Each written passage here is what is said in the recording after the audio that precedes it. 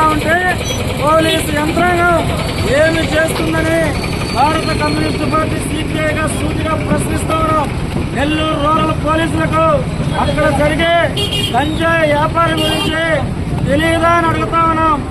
గంజాయి వ్యాపారం చేసేది ఒక తెలియకపోయినా పెంచులయ్య అనేటువంటి వ్యక్తి ఆ ప్రాంతానికి పోలీసు యంత్రాంగాన్ని పిలిపించి ఇక్కడ ఈ విధమైనటువంటి ఇది జరుగుతూ ఉందని చెప్పినా కూడా పోలీసులు అక్కడ ఇది కాకపోవడం మూలంగానే ఈ పెంచుల యొక్క హత్య జరిగిందని చెప్పేసి వామపక్ష పార్టీలు ప్రభుత్వానికి పోలీసు యంత్రాంగానికి సవాలు చేస్తా ఉన్నాయి.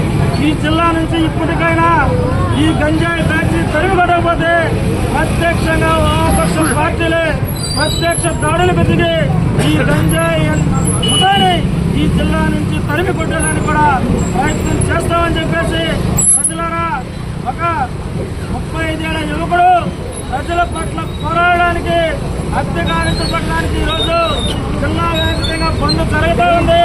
కోవూరు పట్టణంలో ఉండే పోలీస్ యంత్రాంగం కూడా బంద్కు సహకరించాలని చెప్పేసి విజ్ఞప్తి చేస్తాం.